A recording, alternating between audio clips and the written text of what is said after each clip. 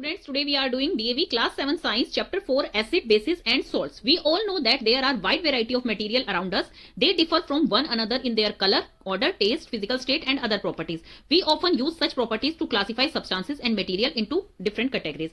अब हम सबको पता है कि हमारे आसपास में बहुत तरह के मटेरियल्स अवेलेबल हैं और वो एक दूसरे से डिफरेंट होते हैं। या तो उनके कलर चेंज होंगे, उनके टेस्ट चेंज होगा, ऑर्डर का मतलब होता है कि उनकी स्मेल चेंज होगी, या फिर फिजिकल स्टेट मतलब कि कोई लिक्विड स्टेट में हो सकता है, कोई गैसियस स्टेट में हो सकता है, कोई सॉलिड स्टेट में हो सकता है, और बहुत सारी ऑल प्रॉपर्टीज भी उनकी हो सकती हैं। इन्हीं प्रॉपर्टीज को यूज करके उन्हें क्लासिफाई कर सकते हैं उन सब्सटेंस को, और उन्हें डिफरेंट कैटेगरीज में कैरेक्टराइज कर सकते हैं।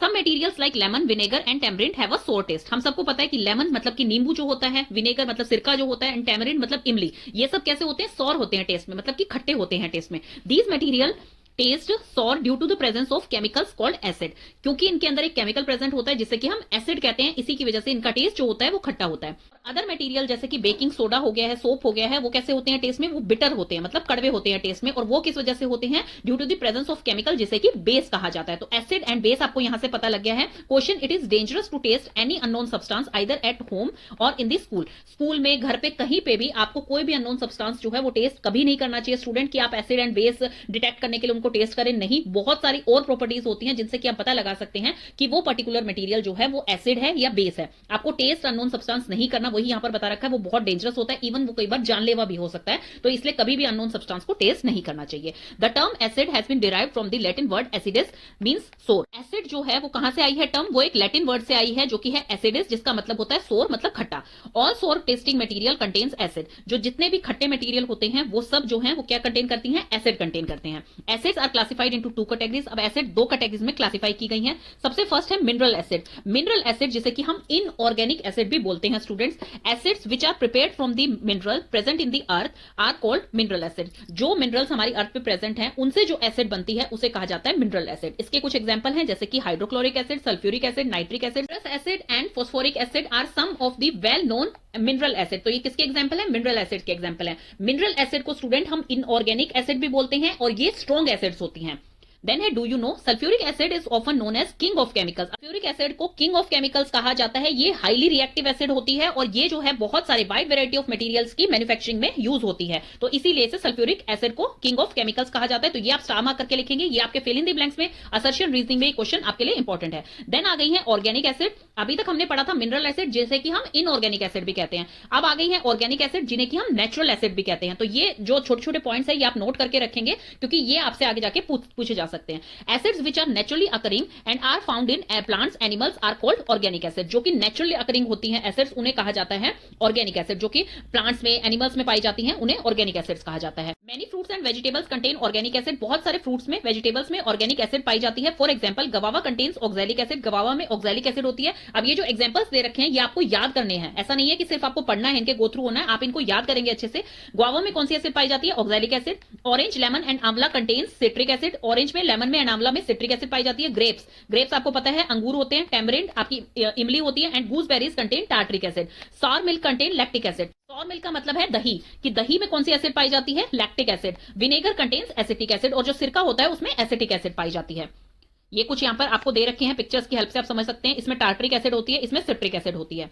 स्टिंग ऑफ बीज। स्टिंग क्या होती है? डंक। बीज की, बीज जो हनी बी होती है, जैसे कि मधुमक्खी जिसे बोलते हैं हम। रेड एंड जो कि लाल चींटी होती है। वेस्प जिसे कि ततैया बोलते हैं, जो येलो कलर का होता है। एंड स्टिंगिंग नीडल कंटेन्स, इन सब में कौन सी एसिड होती है? इनके डंक में फॉर्मिक एसिड होती है। ये फॉर्मूला है फॉर्मिक एसिड का, which cause a shooting pain, जो कि बहुत ज्यादा पेन करती है। जब भी आपको मधुमक्खी, ततैया काटता है तो बहुत तेज पेन होता है, और किस वजह से होता है? क्योंकि वो फॉर्मिक एसिड उससे छोड़ती हैं अपनी स्टिंग से।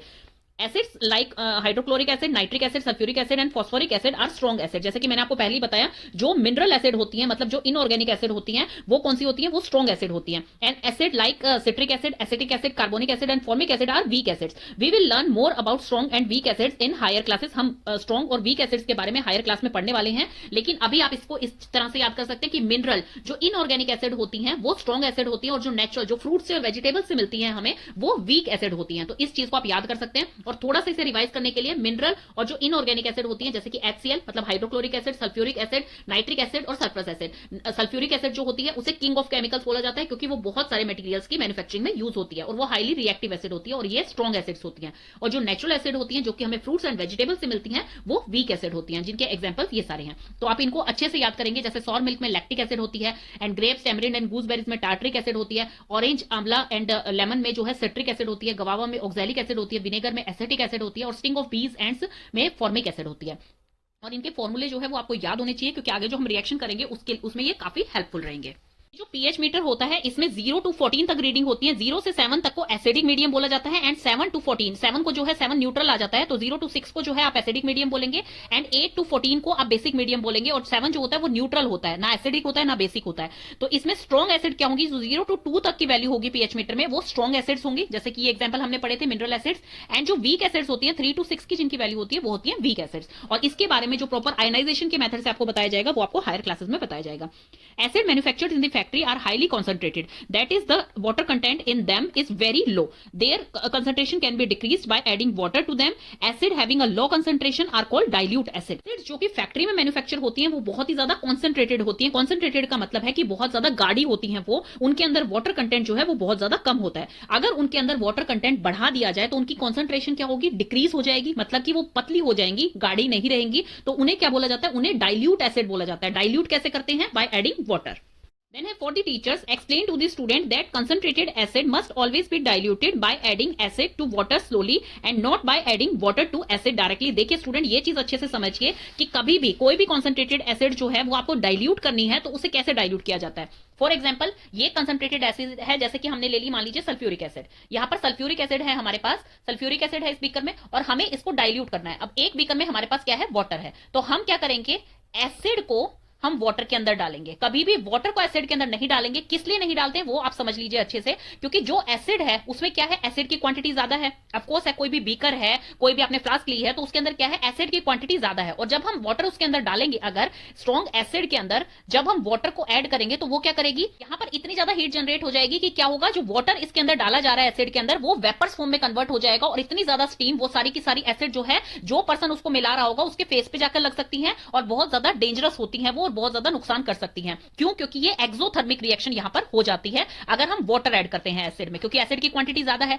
तो इसलिए हमेशा वाटर को लिया जाता है एक बीकर में और उसमें धीरे धीरे से जो है एसिड मिलाई जाती है उसको डाइल्यूट करने के लिए। अगर आपको सल्फ्यूरिक एसिड को डाइल्यूट करना है, इसके लिए आप क्या करेंगे, सल्फ्यूरिक एसिड जो है वाटर लेंगे एक बीकर में और उसमें धीरे धीरे से सल्फ्यूरिक एसिड आप मिलाना शुरू करेंगे ताकि उसका आप डाइल्यूट एसिड बना सके। कभी भी वाटर को जो है एसिड में नहीं मिलाया जाता है, इस चीज का आपको ध्यान रखना है, क्योंकि वाटर को अगर एसिड में मिलाएंगे तो वो एक्सोथर्मिक रिएक्शन हो जाएगी जिससे कि हीट जनरेट होती है बहुत ज्यादा। एक्सोथर्मिक एंड एंडोथर्मिक होप्सो आपको अच्छे से पता होगा। एक्सोथर्मिक रिएक्शंस वो होती हैं जिसमें कि एनर्जी रिलीज होती है, जिसमें टेंपरेचर हाई हो जाता है और बहुत ज्यादा गर्म हो जाता है आपका सॉल्यूशन। और एंडोथर्मिक, जैसे कि आपको नेम से ही पता लग रहा है, एंडोथर्मिक मतलब कि वो हीट को एब्जॉर्ब कर लेती है, अंदर ले लेती है एंड डिक्रीज करती है टेंपरेचर को और उससे जो सॉल्यूशन बनता है वो कोल्ड बनता है। तो ये चीज आपको अच्छे से समझ आ गई, एक्सोथर्मिक एंड एंडोथर्मिक। तो इसी वजह से कभी भी हमें कंसंट्रेटेड एसिड को जब डाइल्यूट करना है तो उसमें क्या करेंगे, हम उसको वाटर के अंदर मिक्स करेंगे, कभी भी वाटर को उसके अंदर मिक्स नहीं करेंगे। तो ये चीज आप ध्यान रखेंगे। Do you know gases like carbon dioxide, sulphur dioxide, nitrogen dioxide etcetera are released in the air by factories, power houses and automobile exhaust. These gases mix with rain water and forms acid. Rain water thus becomes acidic, जैसे कि हम acid rain भी कहते हैं। When this acid rain falls on buildings made of marbles which is calcium carbonate, the acid reacts with marble. Acid rain is the main cause of yellowing of Taj Mahal buildings and monuments made of marbles like Taj Mahal, thus get affected by the action of acid rain। अब इसमें student आपको क्या बता रखा है, जैसे कि जो एसिड होती हैं, जैसे कि आपकी कार्बन डाइऑक्साइड हो गई है, आपकी सल्फर डाइऑक्साइड हो गई है एंड नाइट्रोजन डाइऑक्साइड हो गई है। डाइऑक्साइड इन्हें बोला जा रहा है carbon dioxide, sulphur dioxide, nitrogen dioxide. Di का मतलब होता है टू एंड ऑक्साइड क्या है, ऑक्सीजन एटम। तो दो ऑक्सीजन एटम जिसमें है वो डाइऑक्साइड बोला जा रहा है। तो carbon dioxide, sulphur dioxide, nitrogen dioxide जब वाटर के साथ, वाटर कहां से आ रहा है, ये जो रेन आ रही है ये उसका वाटर है। और ये गैसेस कहां से आ रही हैं, ये जैसे फैक्ट्रीज से आ रही हैं, ऑटोमोबाइल एग्जॉस्ट से आ रही हैं एंड पावर हाउसेस से आ रही हैं। तो ये गैसेस जब रेन वाटर के साथ मिक्स होती हैं तो ये क्या बनाती हैं, जो रेन वाटर होता है उसे एसिडिक बना देती हैं, क्योंकि ये एसिड मिक्स हो रही है रेन वाटर के साथ तो एसिडिक बना दिया उसे। अब कार्बन डाइऑक्साइड जब वाटर के साथ मिलेगा वो कार्बोनिक एसिड बनाएगा, डाइऑक्साइड वो वाटर के साथ मिलेगा तो सल्फ्यूरस एसिड बनाएगा, नाइट्रोजन डाइऑक्साइड जब वाटर के साथ मिलेगा तो नाइट्रिक एसिड बनाएगा। अब ये क्या कर रही है, ये जो रेन वाटर है उसे एसिडिक बना रही है। तो एसिडिक के कारण क्या होता है, जो मार्बल से बने हुए मॉन्यूमेंट्स होते हैं जैसे कि इसमें एग्जांपल दे रखा है ताजमहल, तो उस पे जाके ये रिएक्ट कर जाती हैं। जैसे अभी हमने पढ़ा है ना कि एसिड जो होती है वो रिएक्ट करती हैं, तो ये उसके साथ जाकर रिएक्ट कर देती है, क्योंकि मार्बल किससे बना हुआ होता है, कैल्शियम कार्बोनेट से बना हुआ होता है, और जब वो उसके साथ रिएक्ट करता है तो उसके कलर को वो डैमेज कर देता है। तो इसी वजह से यहां पर बताया गया एसिड रेन जो है वो मेन कोज है, क्योंकि जो ताजमहल का कलर बिल्कुल व्हाइट मार्बल था पहले और अब वो येलोइश होने लग गया है, तो वो किस वजह से हो रहा है, एसिड रेन के रिएक्शन की वजह से हो रहा है। तो इस चीज को आपको ध्यान रखना है, इसको भी आप स्टार मार्क करेंगे। डू यू नो जो है वो आपके बहुत इंपॉर्टेंट है, और हायर क्लासेस में भी यही चीजें आती हैं। अगर आपके बेस क्लियर है स्टूडेंट, तो आपको हायर क्लासेस में कोई दिक्कत नहीं आने वाली है। अभी तक हमने एसिड के बारे में पढ़ लिया है, अब आ गए हैं bases and alkalis. Bases are substances which react with acids to form water and salt. Bases are bitter in taste and have a soapy feel. Basis वो सब्सटेंस होते हैं जब वो एसिड के साथ रिएक्ट करते हैं तो वो क्या बना रहे हैं, वाटर एंड सॉल्ट। बेसिस जो होते हैं वो बिटर होते हैं टेस्ट में, बिटर का मतलब है कि कड़वे होते हैं टेस्ट में, और सोपी फील होती है, मतलब साबुन जैसे चिकने चिकने होते हैं वो फील करने में। लेकिन किसी भी चीज को आपको टेस्ट नहीं करना है, वो आपके लिए बहुत डेंजरस हो सकती है, वो चीज हम पहले पढ़ चुके हैं। कुछ बेसिस वाटर के अंदर सोल्यूबल होते हैं, उन बेसिस को एल्कलीज कहा जाता है। For example sodium hydroxide and aluminium hydroxide are both bases. Sodium hydroxide और एल्यूमिनियम हाइड्रोक्साइड जो है वो किसके एग्जांपल है, बेस के एग्जांपल है। लेकिन उसमें से सोडियम हाइड्रोक्साइड जो है वो वाटर में पूरी तरह से डिसॉल्व हो जाता है, सोल्यूबल हो जाता है, तो इसलिए उसे एल्कली कहा जाता है। लेकिन एल्यूमिनियम हाइड्रोक्साइड जो है वो वाटर के अंदर सोल्यूबल नहीं होता स्टूडेंट, इसलिए वो एल्कली नहीं है। तो यहां पर एल्कली का एग्जांपल क्या है, सोडियम हाइड्रोक्साइड है। And aluminium hydroxide and sodium hydroxide दोनों क्या है, दोनों बेस है, लेकिन उनमें से एल्कली कौन है, जो पानी के अंदर सोल्यूबल हो जाता है, जो कि सोडियम हाइड्रोक्साइड है। Some bases like sodium hydroxide and potassium hydroxide are strong bases. Sodium hydroxide और पोटेशियम हाइड्रोक्साइड जो है वो स्ट्रॉन्ग बेस है। Ammonium hydroxide, aluminium hydroxide and copper hydroxide जो है वो वीक बेस है। तो इन चीजों को आपको याद रखना है कि कौन से स्ट्रॉन्ग बेस है एंड कौन से वीक बेस है। देन है इंडिकेटर्स। किसी चीज को हम टेस्ट करके या ऑर्डर से नहीं बता सकते हैं कि वो एसिड है या बेस है, तो उसके लिए कुछ तो चीज होंगी जिससे कि हम डिटेक्ट कर पाएंगे कि वो एसिडिक है या बेसिक है नेचर में। तो वो किससे डिटेक्ट कर पाते हैं हम, वो होते हैं indicators. Acid and bases can be identified not only through their taste but also with the help of substances called indicator. तो एसिड और बेस को हम आइडेंटिफाई सिर्फ उनके टेस्ट के बेसिस पे नहीं कर सकते, क्योंकि टेस्ट हम नहीं कर सकते हैं हर चीज का, वो हमारे लिए डेंजरस हो सकता है। तो उनको डिटेक्ट कैसे करेंगे, इंडिकेटर्स की हेल्प से। And indicator is a substance, ये अब इसकी डेफिनेशन है, ये भी आपके लिए इंपॉर्टेंट है। An indicator is a substance which shows different colours in an acidic and a basic medium. अब इंडिकेटर क्या चीज होती है, जो एसिडिक मीडियम में अलग कलर देता है एंड बेसिक मीडियम में अलग कलर देता है, ताकि हमें पता लग जाए कि क्या चीज एसिडिक है और क्या चीज बेसिक है नेचर में। The colour of the indicator can दस हेल्प इन आइडेंटिफाइंग एसिड और बेसिस। तो इसीलिए जो कलर होता है इंडिकेटर का, वही हमें बता पाता है कि ये चीज एसिडिक है और ये बेसिक है। And indicator used very often is litmus. जो बहुत ही कॉमन इंडिकेटर है वो है litmus. It is obtained from lichens. Lichens जो होता है एक ऑर्गेनिज्म होता है, and is purple in colour, वो पर्पल होता है कलर का। Its colour changes to red in acidic medium and blue in basic medium. अब बी से ब्लू है, बी से बेसिक है, तो इस तरह से आप इस चीज को याद कर सकते हैं कि जो ब्लू कलर देता है, मतलब लिटमस पेपर जब हम टेस्ट करेंगे तो ब्लू लिटमस पेपर रेड हो जाएगा एसिडिक में, और रेड लिटमस पेपर ब्लू हो जाएगा बेसिक में। तो ब्लू कलर बेसिक में आएगा और रेड कलर एसिडिक में आएगा।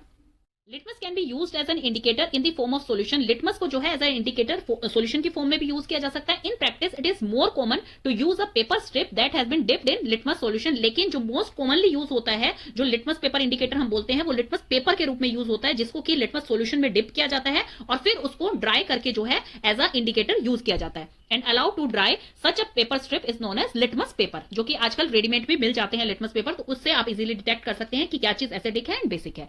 Late us perform two activities to understand how litmus can be identified an acid or a base. किस तरह से एसिड और बेस बता पाता है लिटमस, वो हम देखते हैं। Activity 1, take some lemon juice in a petri dish. Petri dish क्या होती है स्टूडेंट, इस तरह की जो डिश होती है, ये देखिए, ये जो डिश होती है इसे बोला जाता है पेट्री डिश।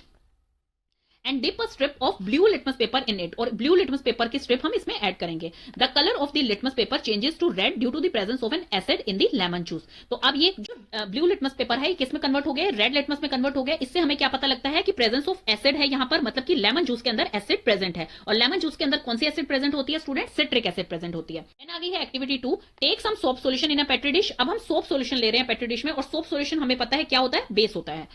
पेट्री डिश में सोप सॉल्यूशन ले लिया हमने। Dip a strip of red litmus paper in it. अब रेड लिटमस पेपर की स्ट्रिप हम इसमें ऐड करेंगे। The colour of litmus changes. अब कलर ऑफ लिटमस यहाँ पर क्या चेंज हो रहा है, रेड से ब्लू चेंज हो रहा है। Colour of litmus paper changes to blue. This happen due to the presence of a base in the soap solution. और ये किस वजह से हो रहा है, क्योंकि बेस प्रेजेंट है किसमें, सोप सॉल्यूशन के अंदर। तो इससे हमें पता लगता है लिटमस पेपर से, अगर वो रेड से ब्लू में कन्वर्ट हो रहा है तो दैट मींस वो बेस प्रेजेंट है उसमें, और अगर वो ब्लू से रेड में कन्वर्ट हो रहा है तो उसका मतलब क्या है कि उसमें एसिड प्रेजेंट है। तो ये एक्टिविटी आपको पता लग गई कि लिटमस पेपर से क्या होता है, ब्लू टू रेड जब चेंज होता है तो वो एसिडिक होता है, एंड रेड टू ब्लू होता है तो दैट मींस वो बेसिक है नेचर में।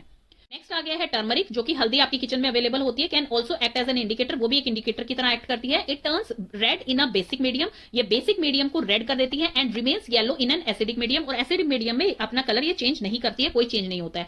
Have you ever notice what happen when soap is rubbed on a turmeric stain on your handkerchief or shirt? जब भी आपकी शर्ट पे या आपके हैंकी पे जो है अगर कभी सब्जी का दाग लग जाता है, तो जब जैसे ही आप उस पर सोप लगाते हैं तो वो रेड हो जाता है कलर में। तो ये आप इससे याद बहुत अच्छे से कर सकते हैं इसको, कि टर्मरिक जो सोल्यूशन है एसिडिक मीडियम में उसका कोई कलर चेंज नहीं होगा, वो एज इट इज येलो ही रहेगा, और बेस में क्या होगा, वो रेड चेंज हो जाएगा। तो इसको आप किससे कोरिलेट कर सकते हैं कि जब भी आपके शर्ट पे, आपकी ड्रेस पे, आपके हैंकी पे कोई भी स्टेन लग जाता है सब्जी का, और जब आप उसे साबुन से रब करते हैं, सोपी सोल्यूशन से रब करते हैं, तो क्या कलर चेंज करता है, रेड कलर चेंज करता है। तो इस तरह से आप इसे लर्न कर सकते हैं। नेक्स्ट आ गया है जूस ऑफ चाइना रोज, जिसे कि हिबिस्कस भी बोला जाता है। Petals can also be used as an natural indicator, वो भी एक नेचुरल इंडिकेटर है। It turns dark pink, magenta colour कर देता है when added to an acid, जब एसिड में ऐड किया जाता है तो उसका कलर मेजेंटा हो जाता है, और ग्रीन कलर हो जाता है जब वो बेस में ऐड किया जाता है।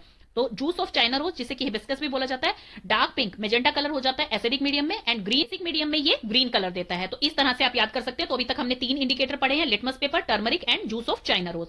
तो ये तीनों क्या है, ये नेचुरल इंडिकेटर है। ये चीज भी आपको ध्यान रखनी है स्टूडेंट, ये नेचुरल इंडिकेटर्स हैं। देन है another commonly used indicator is phenolphthalein. अब फिनोप्थलीन जो है वो मैन मेड मतलब सिंथेटिक इंडिकेटर है ये। It is colourless in an acidic medium and turns pink in a basic medium. Acidic medium में फिनोप्थलीन कलरलेस हो जाता है एंड बेसिक मीडियम में पिंक कलर आ जाता है उसका। तो फिनोप्थलीन में कौन सा कलर आ रहा है, एसिडिक मीडियम में कलरलेस एंड बेसिक मीडियम में पिंक कलर आ रहा है, और ये जो है ये एक सिंथेटिक इंडिकेटर है। देन है neutralisation and formation of salt. अब न्यूट्रलाइजेशन क्या होती है, अभी तक हमने एसिड पढ़ लिया है, बेस पढ़ लिया है। एसिड जो होते हैं वो सार होते हैं टेस्ट में, बेस जो होते हैं वो बिटर होते हैं टेस्ट में। एसिड 2 टाइप्स की हैं, natural acid and mineral acid. Natural को हम ऑर्गेनिक एसिड भी बोलते हैं, मिनरल को हम इनऑर्गेनिक एसिड भी बोलते हैं। मिनरल एसिड में कौन सी आ जाती है, ये सब एसिड्स आ जाती हैं जो कि स्ट्रॉन्ग एसिड होती हैं। नेचुरल में कौन सी आती है, जो हमें नेचर से मिल रही है, मतलब वेजिटेबल्स एंड फ्रूट्स में मिल रही हैं, तो वो होती है नेचुरल एसिड्स। तो ये कौन सी एसिड होती है, ये जनरली मोस्टली वीक एसिड्स होती हैं। और सल्फ्यूरिक एसिड को क्या बोला जाता है, किंग ऑफ केमिकल्स बोला जाता है, क्योंकि वो दूसरे मटेरियल्स की मैन्युफैक्चरिंग में यूज किया जाता है। एंड बेस जो होते हैं, स्ट्रॉन्ग बेस कौन कौन से हैं, sodium hydroxide and potassium hydroxide जो है स्ट्रॉन्ग बेस है, and ammonium hydroxide, aluminium hydroxide and copper hydroxide जो है वो वीक बेस है। तो ये चीजें आपको ध्यान रखनी है। देन उसके बाद आ गया है न्यूट्रलाइजेशन, देखने वाले हैं neutralisation. A chemical reaction between an acid and a base is known as neutralisation reaction. जो एसिड और बेस में जो रिएक्शन होती है केमिकल रिएक्शन, उसे न्यूट्रलाइजेशन रिएक्शन कहा जाता है। When such a reaction takes place, water and salt are formed. जब भी ऐसी रिएक्शन होती है एसिड और बेस के बीच में, तो उसका प्रोडक्ट क्या बनता है, वाटर एंड सोल्ट वहां पर बनता है। During neutralisation the acid and base cancel the effect of each other. तो अब न्यूट्रलाइजेशन के दौरान क्या होता है, ना वो एसिडिक मीडियम रहता है ना वो बेसिक मीडियम रहता है, वो दोनों एक दूसरे के इफेक्ट्स को कैंसिल आउट कर देते हैं, तो इसीलिए उसे न्यूट्रलाइज कहा जा रहा है।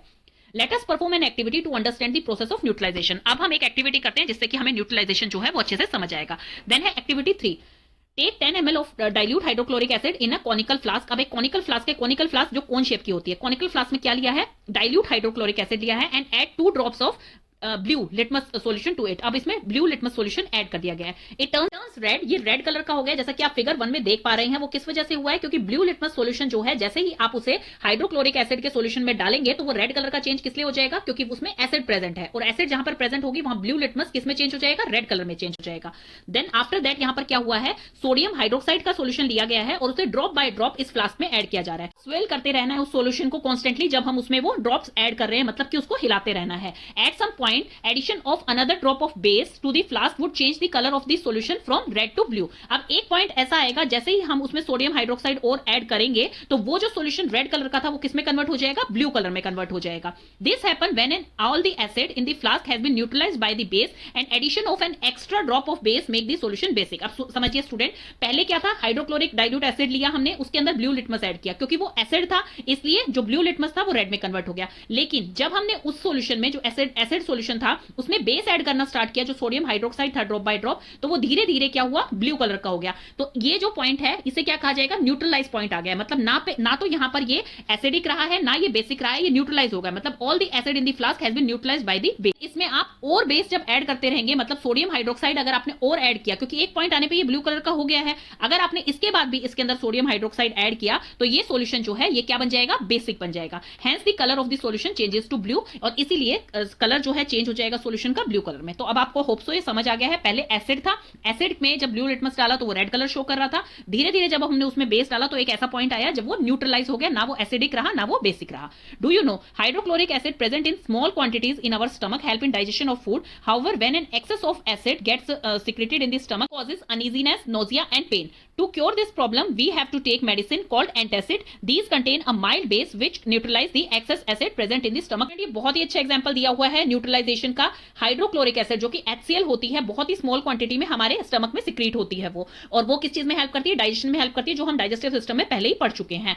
लेकिन अगर वो एक्सेस में वहां पर सिक्रीट हो जाती है स्टमक में, तो वो क्या कर देती है? अनइजीनेस कर देती है, ब्लोटिंग होने लग जाती है, पेन होने लग जाता है आपको। तो उस प्रॉब्लम को क्योर करने के लिए आप क्या करते हैं? एंटासिड लेते हैं। मतलब कि उस एसिड को न्यूट्रलाइज करने के लिए आप क्या लेते हैं? एंटासिड, जो कि क्या होता है? बेस होता है। अब एसिड वहां पर ज्यादा एक्सेस में हो रही है और आप उसमें बेस मिला देंगे तो क्या हो जाएगी? न्यूट्रलाइज हो जाएगी। तो ये बहुत अच्छा एग्जांपल है। अगर हाइड्रोक्लोरिक एसिड ज्यादा सिक्रीट होती है आपके स्टमक में तो वो ब्लोटिंग करेगी, पेन करेगी, तो उसको क्योर करने के लिए हम एंटासिड्स लेते हैं। These contain a mild base, तो उसमें क्या होता है? माइल्ड बेस होता है जो एंटासिड होती है, which neutralize the excess acid present in the stomach, और आपको पेन से रिलीफ मिल जाता है। Some example of neutralization reaction are given below in the form of chemical equation. अब chemical equation की फॉर्म में हम इसको देखते हैं। जैसे कि हम ऊपर पढ़ चुके हैं, जो न्यूट्रलाइजेशन रिएक्शन होती है, जब एसिड और बेस रिएक्ट करते हैं तो वो क्या बनाते हैं? वो सॉल्ट बनाते हैं एंड वाटर रिलीज होता है वहां से। तो sodium hydroxide and hydrochloric acid, sodium hydroxide base है एंड ये एसिड है, तो ये क्या बनाएगा? NaCl, जो कि सॉल्ट है एंड वाटर रिलीज होगा। देन है पोटेशियम हाइड्रोक्साइड, जो कि बेस है, एंड सल्फ्यूरिक एसिड, तो यहां पर क्या बना? पोटेशियम सल्फेट, जो कि एक सॉल्ट है and water.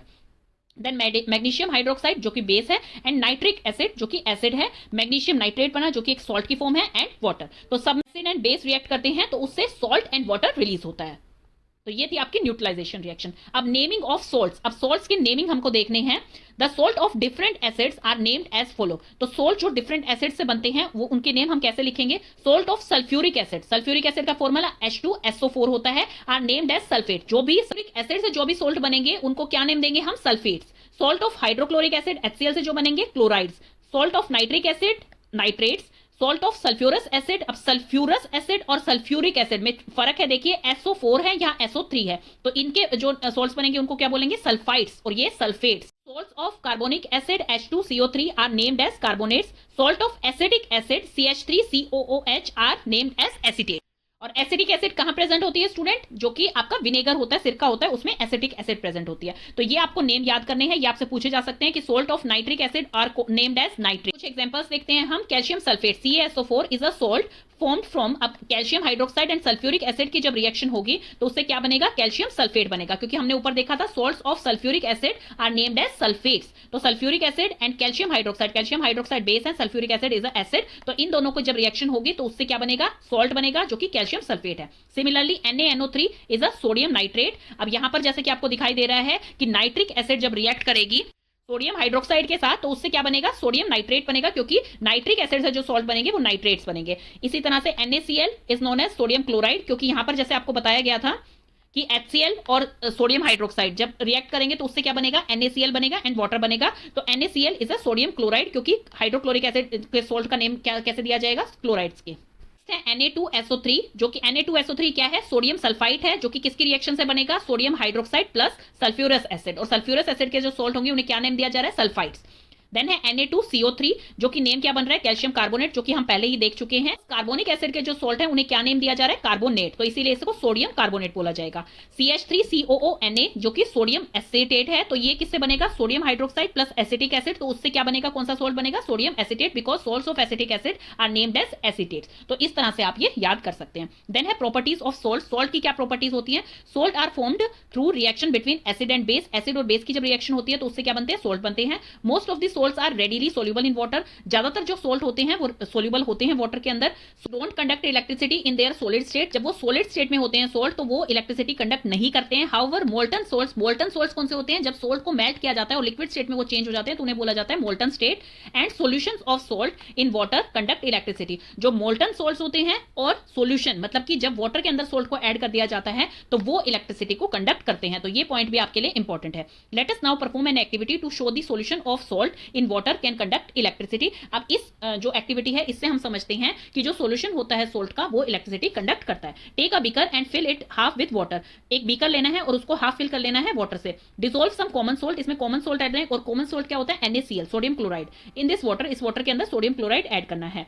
Connect to graphite road, अब 2 ग्रेफाइट रोड इसमें ऐड कर देनी है with the 2 terminals of a battery with a 0 watt LED bulb in between as shown in figure. तो ग्रेफाइट रोड जो है इनको कनेक्ट कर देना है बैटरी के टर्मिनल से, एक पॉजिटिव टर्मिनल से, एक नेगेटिव टर्मिनल से, और 0 वॉट का यहां पर बल्ब लेना है। Now dip this graphite rod in a solution of sodium chloride, अब इस सोडियम क्लोराइड के सॉल्यूशन में इस ग्रेफाइट रोड को जो है डिप करना है। The bulb start glowing indicating the flow of electric current, तो बल्ब जो है वो ग्लो करना स्टार्ट करेगा। इससे क्या पता लग रहा है कि ये जो वाटर सॉल्यूशन बना है, सोडियम क्लोराइड का वाटर सॉल्यूशन बना है, तो ये क्या है, ये कंडक्ट कर रहा है electricity. This shows that a solution of sodium chloride can conduct electricity, तो इस एक्टिविटी से हमें ये पता लगा है कि सोडियम क्लोराइड जो सॉल्यूशन था वो इलेक्ट्रिसिटी कंडक्ट कर रहा है। Classification of salt, salts are classified as neutral, acidic and basic. अब सॉल्ट की क्लासिफिकेशन है यहाँ पर 3 कैटेगरीज में क्लासिफाइड है। फर्स्ट है neutral salt, salts formed by the reaction of a strong acid with a strong base, जब strong acid की strong base से रिएक्शन होगी तो उससे बनते हैं neutral salt, are neutral salt. Solution of a neutral salt in water is neutral, तो solution जो बनेगा न्यूट्रल सॉल्ट का वाटर के अंदर वो न्यूट्रल रहेगा, ना वो एसिडिक होगा ना वो बेसिक होगा।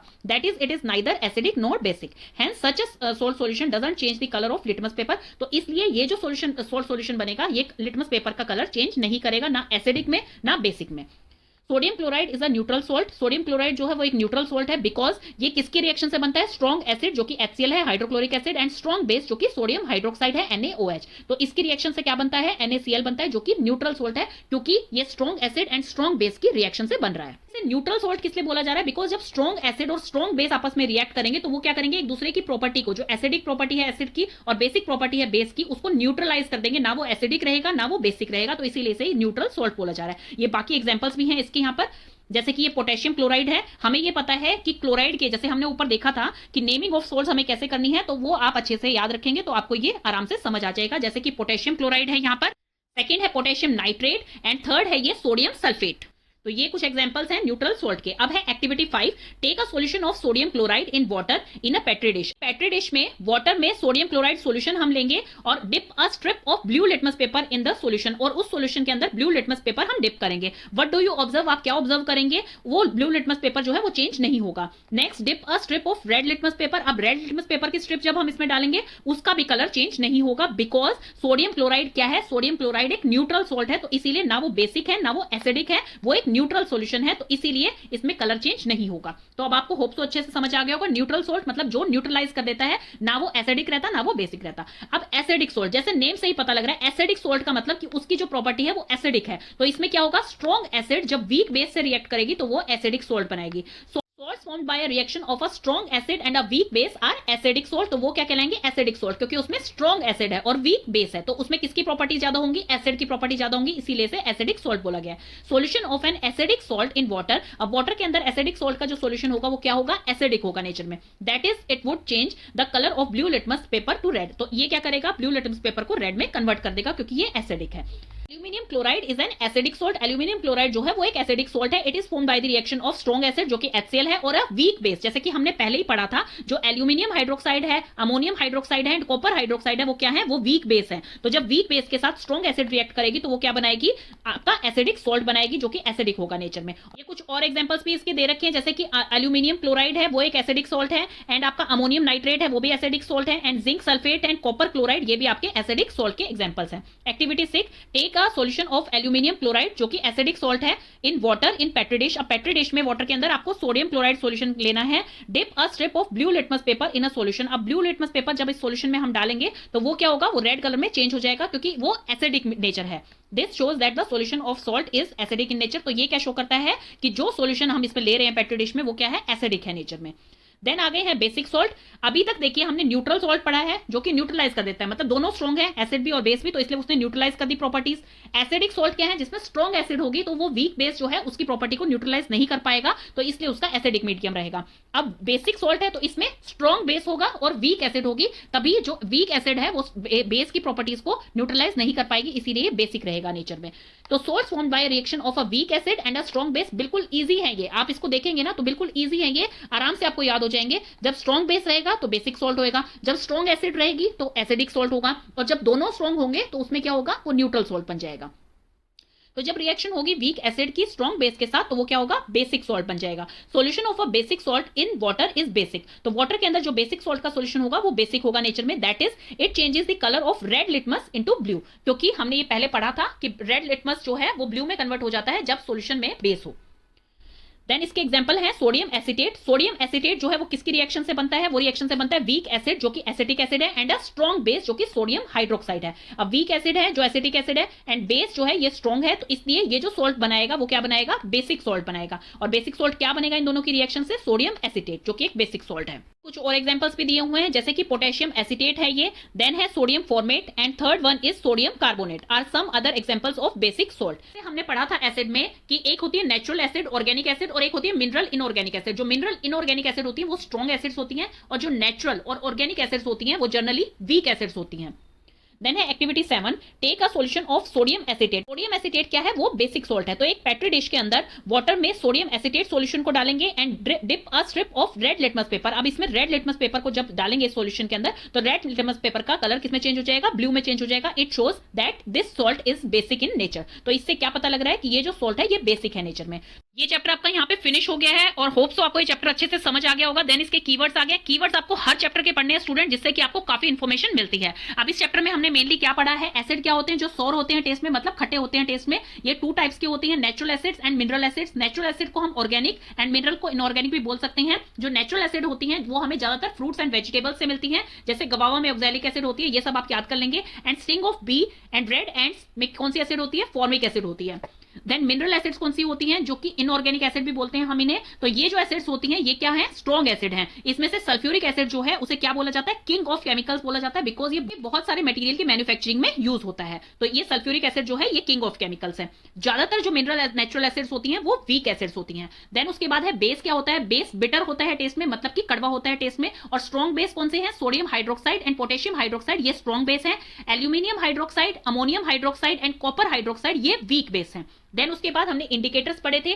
नेचुरल इंडिकेटर्स कौन से हैं? Litmus paper, turmeric and juice of China rose. Litmus paper में एसिड में क्या होता है? ब्लू से रेड में कन्वर्ट हो जाता है लिटमस पेपर। एंड बेस में क्या होता है? रेड टू ब्लू कन्वर्ट हो जाता है। तो ब्लू कन्वर्ट जिसमें होगा वो बेस होगा, बी से बी। तो इस तरह से आप याद कर सकते हैं।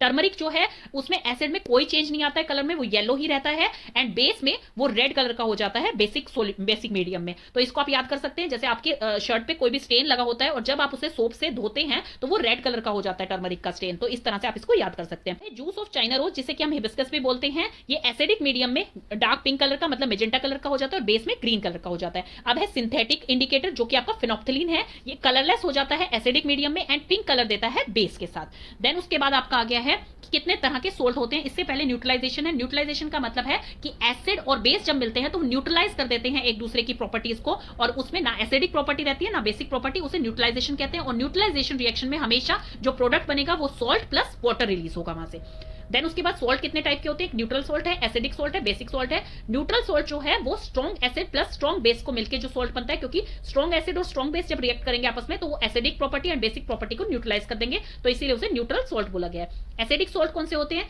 जिसमें स्ट्रॉन्ग एसिड वीक बेस के साथ रिएक्ट करती है, क्योंकि स्ट्रॉन्ग एसिड है एंड वीक बेस है तो इसीलिए इसकी प्रॉपर्टीज क्या होंगी? एसिडिक होंगी। तो इसमें जो है blue litmus paper red colour का कन्वर्ट हो जाएगा, तो ये है एसिडिक सॉल्ट। देन है बेसिक सॉल्ट। बेसिक सॉल्ट में क्या है? वीक एसिड है एंड स्ट्रॉन्ग बेस है। यहाँ पर बेस स्ट्रॉन्ग है इसलिए इसकी प्रॉपर्टीज क्या है? ये बेसिक हो जाएगा मीडियम इसका। तो इसमें रेड लिटमस पेपर जो है वो किसमें कन्वर्ट हो जाएगा? ब्लू में कन्वर्ट हो जाएगा। तो ये इस पूरे चैप्टर की समरी थी आपकी।